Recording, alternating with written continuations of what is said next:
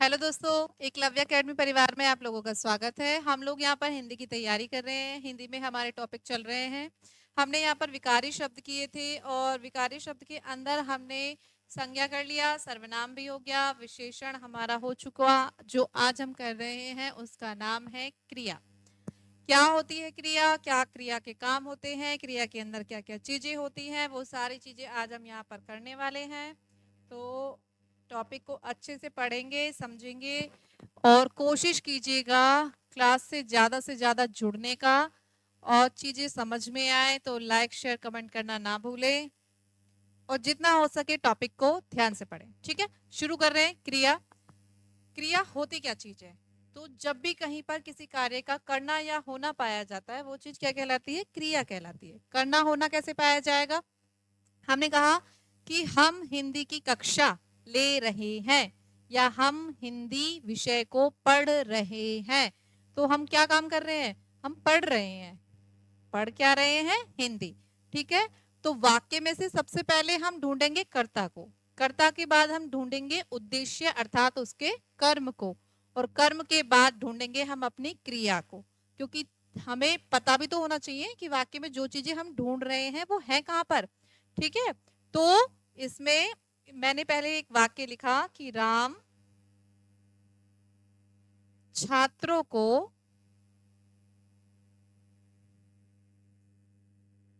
हिंदी पढ़ाता है। राम छात्रों को हिंदी पढ़ाता है। तो वो हिंदी पढ़ा रहे हैं। तो जो हिंदी की सर हैं, हम राम ना लिख के यहाँ पर हम शिक्षक लिख देते हैं, क्योंकि हमारे हिंदी भाषा के अंदर राम शब्द को बहुत ही आदर के साथ लिखा जाता है। ठीक है, क्योंकि धार्मिक चीजें हिंदी के अंदर ज्यादा चलती हैं, इसलिए शिक्षक छात्रों को हिंदी भाषा पढ़ाते हैं। पढ़ाते हैं। ठीक है, तो यहाँ पर सबसे पहले हमारे वाक्य के अंदर कर्ता कौन है? कार्य को करने वाला। ठीक है, और कार्य को करने वाले कौन है? हमारे शिक्षक। शिक्षक कौन है? हमारे गुरु। तो जो कार्य को कर रहे हैं वो हो गए कर्ता। अब जो ये हमारे कर्ता हैं, इन कर्ता का उद्देश्य क्या है? बच्चों को पढ़ाना, है ना? तो पढ़ाना उनका उद्देश्य है कि हिंदी पढ़ाना उनका उद्देश्य है? हिंदी ना। कर्ता को जिस उद्देश्य की प्राप्ति करनी होती है वो चीज क्या कहलाती है? कर्म कहलाती है। ठीक है, तो शिक्षक के पास सबसे पहला कर्म है उनके छात्रों को पकड़ के रखना। पता चले वो पढ़ा रहे हैं और छात्र निकल गए। ठीक है, और दूसरा कर्म क्या है उनका? हिंदी। छात्रों को हिंदी पढ़ानी है। तो वाक्य के अंदर यहाँ पर कर्म दो हैं, एक है छात्र और दूसरा है हिंदी। ठीक है, तो अब छात्र हमने इसमें से कर्ता देखा और कर्ता का कर्म भी देख लिया। अब इसमें क्रिया क्या बची? पढ़ाते हैं। तो गुरुजी द्वारा जो क्रिया की जा रही है वो है पढ़ाना। और मैंने कहा जहां पर भी कार्य का करना या होना पाया जाता है वो चीज क्रिया कहलाती है। समझ में आया? कार्य का करना या होना किससे पता चल रहा है? पढ़ाने से। ठीक है, शिक्षक ने छात्रों को हिंदी पढ़ाई, तो ये पढ़ाना हमारा हो गया क्रिया। शिक्षक हो गए हमारे कर्ता और छात्र और हिंदी हो गए उनका उद्देश्य अर्थात कर्म। ठीक है, तो इसके बाद नेक्स्ट आ जाता है हमारा कि क्रिया के शब्द कौन कौन से होते हैं। क्रिया के शब्द होते हैं जैसे खाना में ना, खाना बन गया ना पूरा, खाना, या पीना, या फिर आना और जाना। तो हम ऐसे भी कह सकते हैं कि जो देखो इसमें स्टार्टिंग में ये लिखा है खा, अभी दिखाती हूँ। इसमें स्टार्टिंग में लिखा है ये खा, इसमें लिखा है पी, इसमें लिखा है आ, इसमें लिखा है जा। तो जो ये स्टार्टिंग के शब्द हैं ये हमारी धातु के शब्द हैं। तो धातु के शब्दों में ना और या फिर ता जब प्रत्यय लगा दिया जाता है तो ये किसके शब्द बन जाते हैं? क्रिया के। हमने कहा जहां पर भी कार्य का करना या होना पाया जाता है वो चीज क्रिया कहलाती है। और क्रिया के शब्दों का निर्माण धातु के शब्दों में ता या ना प्रत्यय लगाकर क्रिया का रूप बना दिया जाता है। ठीक है, कंफर्म है? किसके? धातु के शब्दों में ना या ता लगाकर क्रिया का रूप बना दिया जाता है। नेक्स्ट आता है हमारा कि कर्म के आधार पर क्रिया के कितने भेद होते हैं। तो जब कर्म के आधार पर क्रिया के भेद की बात करते हैं तो कर्म के आधार पर क्रिया के भेद होते हैं दो। पहला हो जाता है सकर्मक और दूसरा हो जाता है आकर्मक। सकर्मक और आकर्मक, जहां पर वाक्य में क्रिया कर्म के साथ आए। ठीक है, जहां पर कर्म के साथ क्रिया का प्रयोग किया जाता है वो क्या कहलाती है? सकर्मक क्रिया।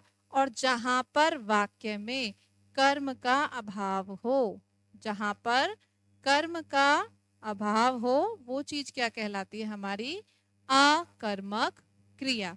यानी कि यहाँ पर वाक्य में कर्म होगा और यहाँ पर वाक्य में कर्म नहीं होगा, वो ही कहलाती है हमारी सकर्मक और अकर्मक। जैसे मैंने कहा कि छात्र पढ़ते हैं। ठीक है, और एक हमने कह दिया कि छात्र पुस्तक पढ़ते हैं। ठीक है, दो सेंटेंस है हमारे पास। एक में हम कह रहे हैं छात्र पढ़ते हैं और एक में हम कह रहे हैं कि छात्र पुस्तक पढ़ते हैं। तो देखिए मैंने आपको अभी कर्म निकालना बताया कि वाक्य में कर्म कैसे निकालते हैं। तो सबसे पहले वाक्य में कर्ता देखते हैं। कर्ता दोनों के अंदर कौन है? हमारे छात्र।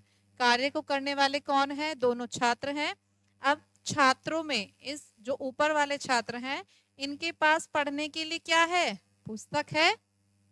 उनके पास उनका उद्देश्य है तो वो पुस्तक में से पढ़ रहे हैं, तो इनके पास कर्म है। ठीक है, कर्ता के साथ कर्म का प्रयोग हो गया। अब यहाँ पर छात्र पढ़ते हैं। अब वो क्या पढ़ते हैं? बुक पढ़ते हैं, मैगजीन पढ़ते हैं, न्यूज़पेपर पढ़ते हैं, अपने भाई बहन की बुक पढ़ रहे हैं।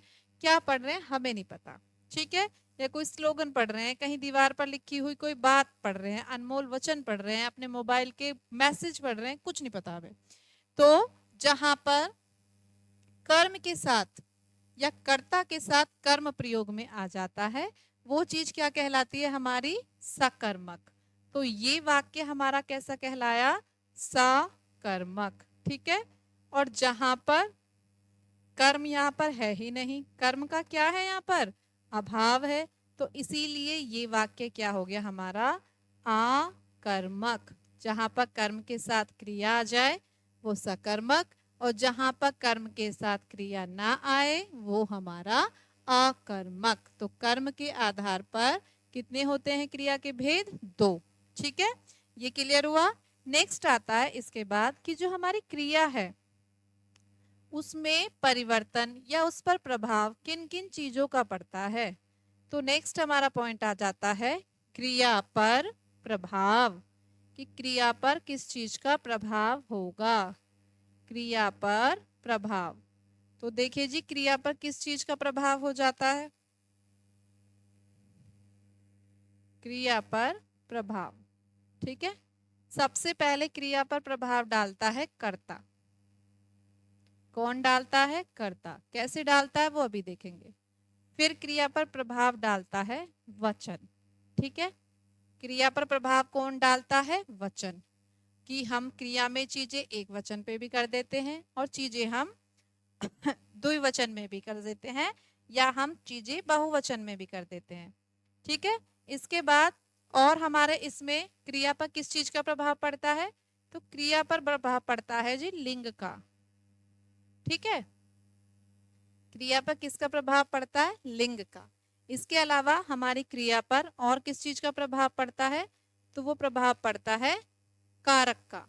अगर ये कुछ इस तरह से आ जाए कि क्रिया पर प्रभाव डालने वाले उसके कौन कौन से रूप हैं, तो कर्ता, वचन, लिंग और कारक। ठीक है, ये सारी चीजें हमारी क्रिया पर असर डालती हैं या प्रभाव डालती हैं। ठीक है,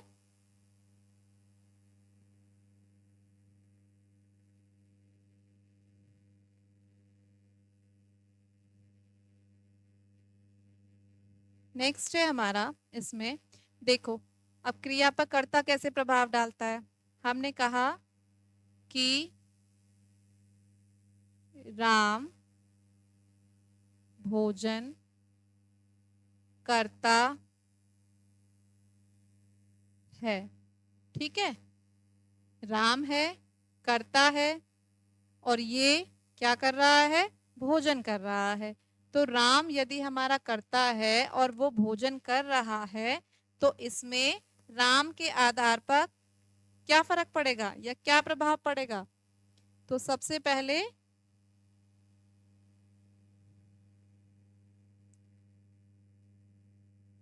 पहली बात तो ये कि इसमें हमारा राम क्या है? कर्ता, और लिंग के आधार पर कौन है? ये पुल्लिंग। ठीक है, राम पुल्लिंग है। अब अगर हम इसे स्त्रीलिंग कर दें तो हमारा जो कर्ता है या जो हमारा यहाँ पर लिंग है वो बदल गया।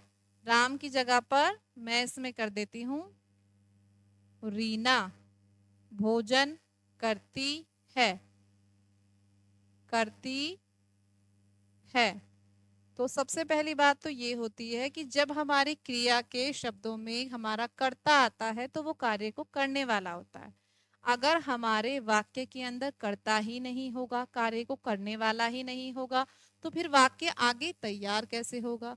तो सबसे पहले तो कर्ता इस तरह से वाक्य पर प्रभाव डालता है, क्योंकि कार्य का निष्पादन करने वाला या कार्य को पूर्ति या समाप्ति करने वाला कौन होता है? हमारा कर्ता होता है। तो क्योंकि कर्म का सीधे सीधे प्रभाव कर्ता पर पड़ता है, इसीलिए कर्ता क्रिया को प्रभावित करता है। ठीक है, अब ये जो कर्ता है या तो लिंग में ये स्त्रीलिंग होगा या पुल्लिंग होगा, क्योंकि हिंदी भाषा के अंदर लिंग दो ही होते हैं, स्त्रीलिंग या पुल्लिंग। यहाँ पर नपुंसक लिंग नहीं होता, वो संस्कृत भाषा में होता है। ठीक है, तो यहाँ पर राम हमारा पुल्लिंग था और फिर क्या हो गया? ये स्त्रीलिंग में हमने रीना कर दिया कि राम पुल्लिंग है तो क्रिया क्या आई हमारी? करता है। और रीना अगर स्त्रीलिंग है तो क्रिया क्या आई हमारी? करती है। तो इस तरह से भी इसके अंदर हमारे लिंग बदलते ही क्रिया भी बदल जाती है, जो कहीं ना कहीं क्रिया को प्रभावित करती है। अब देखिए, अब इसके अंदर क्या हो रहा है कि राम हमारा वचन में कौन है? वचन में ये एक वचन है, रीना भी हमारी एक वचन है। अगर हम इस रीना को यहाँ बच्चे कर दें कि बच्चे भोजन, और फिर इसकी क्रिया क्या आ जाएगी? करते हैं। बच्चे भोजन करते हैं, तो हमारी क्रिया भी बदल गई। जैसे जैसे हमारा कर्ता बदलेगा वैसे वैसे हमारी क्रिया बदल जाएगी। जैसे जैसे हमारा वचन बदलेगा वैसे ही हमारी क्रिया बदल जाएगी। जैसे ही लिंग बदलेगा वैसे ही हमारी क्रिया बदल जाएगी। और कारक का क्या होता है? अगर हम इसमें कह दें कि राम ने भोजन किया, करता है हटा देते हैं और इसमें ऐसे कर देते हैं कि राम ने भोजन किया। ठीक है, अब देखिए भोजन किया करते ही किस तरह से कारक चिन्ह भी बदल जाएगा। राम ने भोजन किया।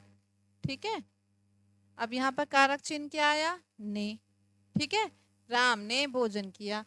अब हमें लग तो रहा है कर्ता कारक, लेकिन ये ने चिन्ह कहीं ना कहीं हमारे कर्म को संबोधित कर रहा है कि राम द्वारा भोजन किया गया है या राम ने भोजन किया। इसमें द्वारा चिन्ह का लोप हो रहा है। तो जैसे जैसे कर्ता बदलेगा वैसे वैसे ही क्रिया, लिंग, वचन और कारक सारी चीजें अपने आप ही बदल जाती हैं। तो हमारी क्रिया को प्रभावित करने वाले उसके 4 अंग होते हैं, जिसमें पहला है कर्ता, वचन, लिंग और कारक। ठीक है, कंफर्म है। इसके बाद नेक्स्ट आते हैं हमारी क्रिया के भेद।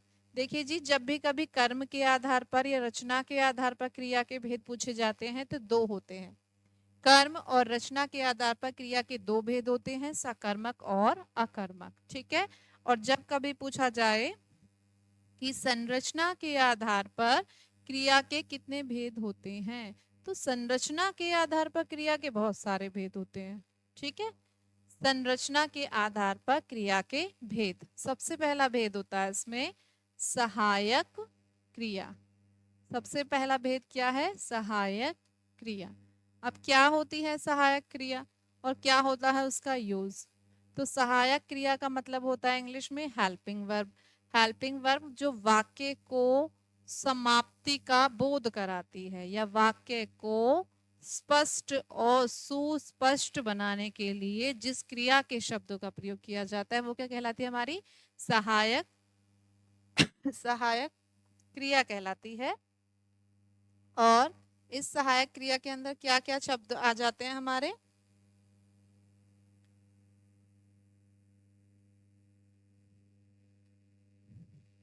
सहायक क्रिया में आ जाते हैं जैसे सबसे पहले तो परिभाषा है इसकी, वाक्य को स्पष्ट और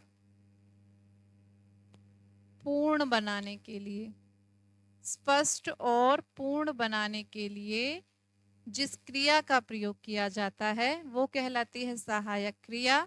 और ये सहायक क्रिया हमारी रहा है, रहा है, रही है, रही है। एक मिनट, रहा है। ठीक है। कर पुल्लिंग है तो रहा है, स्त्रीलिंग है तो रही है, और यदि हमारी क्या है बहुवचन में आ गए तो रहे हैं। ठीक है, रहे हैं, रहे हैं। ये हमारी आ जाती है सहायक क्रिया। या फिर रहा था, रही थी, रहे थे। ये सारी चीजें इसमें वर्तमान में भी, भूत में भी और भविष्य में भी, तीनों कालों में सहायक क्रिया के जो शब्द आते हैं वो सब के सब इसके अंदर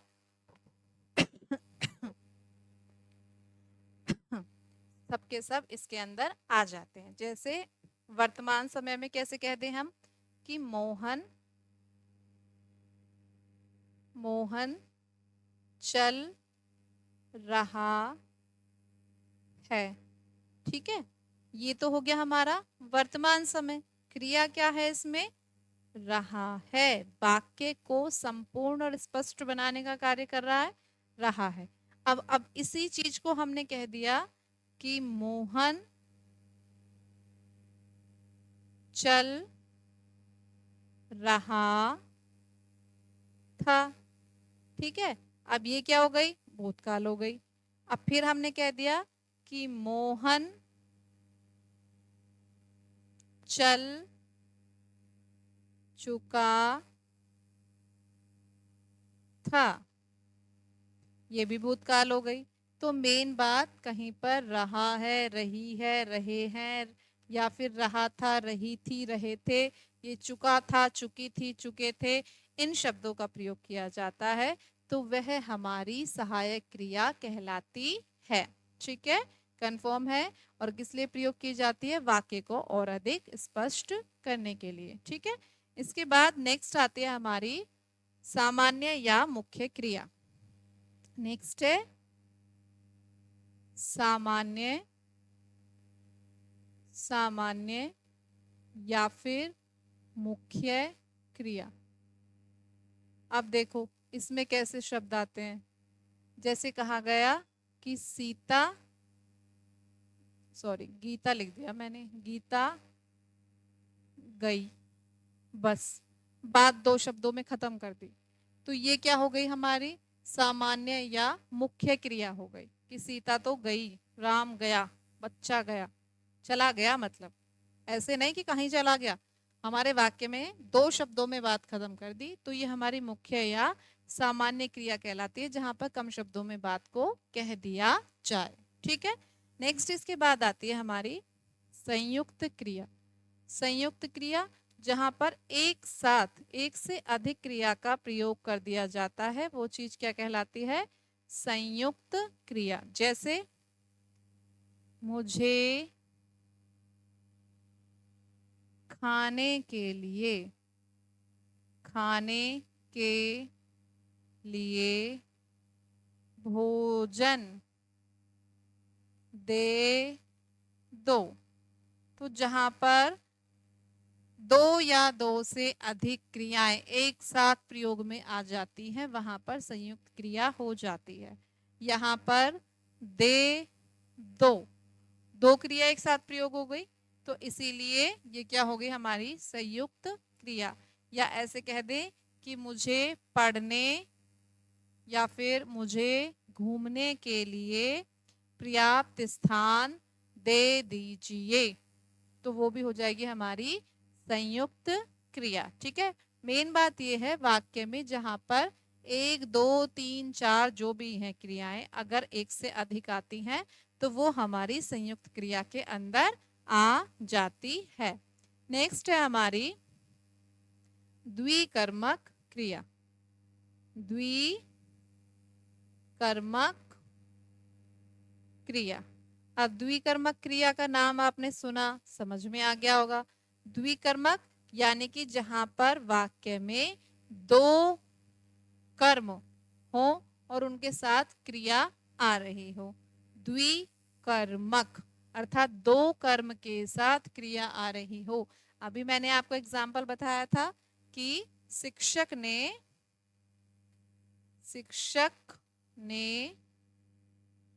छात्रों को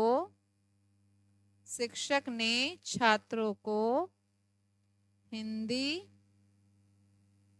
पढ़ाई। शिक्षक ने छात्रों को हिंदी पढ़ाई। तो यहाँ पर जो शिक्षक है उसके हमने दो कर्म निकाले थे वाक्य में। पहला कर्म क्या था उनका? छात्र। ठीक है, और दूसरा कर्म क्या था? हिंदी। तो वाक्य में जहां पर दो कर्म हो और दो कर्म के साथ क्रिया आ जाए, वो ही कहलाती है हमारी द्विकर्मक क्रिया। ठीक है, द्विकर्मक क्रिया। फिर इसके बाद नेक्स्ट आ जाती है हमारी पूर्वकालिक क्रिया। नेक्स्ट क्रिया का नाम पूर्वकालिक क्रिया। पूर्वकालिक, देखिए जी, जैसी क्रिया है, जैसा उसका नाम है, वैसे ही उसका कार्य है। जैसे ही आप इसका नाम पढ़ोगे, इस पॉइंट को पढ़ोगे, पढ़ते ही समझ में आ जाएगा, अच्छा जी इसके अंदर ये हो रहा होगा। सामान्य मुख्य क्रिया में सामान्य सी बात हो गई कि हमने कम शब्दों में अपनी बात को कह दिया। संयुक्त एकत्रित होना, द्विकर्मक दो कर्म के साथ। अब पूर्वकालिक, पूर्व मतलब पहले, कालिक अर्थात समय, यानी कि जहां पर कर्ता ने एक साथ दो क्रिया की, तो उस दो क्रिया में एक क्रिया उसने पहले ही की होगी, उसी के बाद उसकी दो हो रही होंगी। तो जब कर्ता एक समय में एक साथ दो क्रिया करता है, तो उसमें जो उसकी पहली वाली क्रिया होती है उसे पूर्वकालिक क्रिया का नाम दे दिया जाता है। अब कैसे दे दिया जाता है पूर्वकालिक का? तो देखिए जी, पूर्वकालिक में क्या हो जाता है। अब इसमें कहा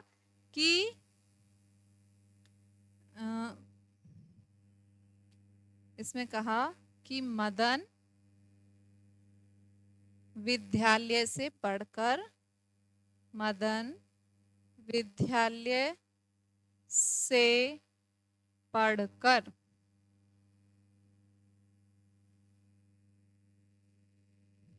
विद्यालय से पढ़कर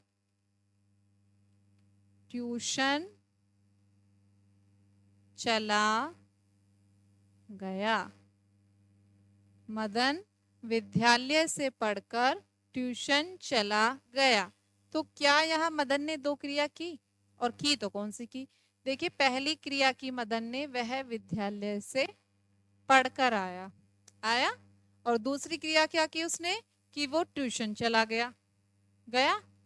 तो यहाँ पर उसने पहली क्रिया क्या की, विद्यालय की, है ना। हमें क्रिया देखनी है, उसका कर्म नहीं। तो जो मदन जी थे वो विद्यालय गए थे, तो विद्यालय के लिए क्या किया उन्होंने, वो पढ़ के आए। तो जो उन्होंने पढ़ाई की, वो पढ़ा, वो हो गई हमारी पहली क्रिया। ठीक है। और जब ट्यूशन गए, चला गया, तो ये हो गई उनकी दूसरी क्रिया। तो यहाँ पर जो दो क्रिया एक साथ हुई हैं, इसमें पहली वाली क्रिया हमारी क्या कहलाई, पूर्वकालिक क्रिया। ठीक है, पूर्वकालिक क्रिया कहलाई। जैसे हम कह दें कि बच्चा बच्चा दूध पीकर, बच्चा दूध पीकर, दूध पीकर सो गया। बच्चा दूध पीकर क्या हो गया, सो गया। ठीक है। तो यहाँ पर बच्चे ने पहली क्रिया क्या की, पहले उसने दूध पिया और फिर वो सो गया।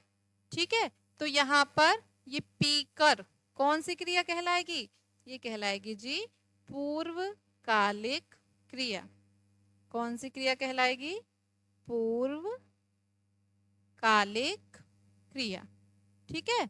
तो यहाँ पर इसकी हो गई ये पहली क्रिया पूर्वकालिक। ठीक। फिर इसके बाद कंफर्म है, ये चीज समझ में आई।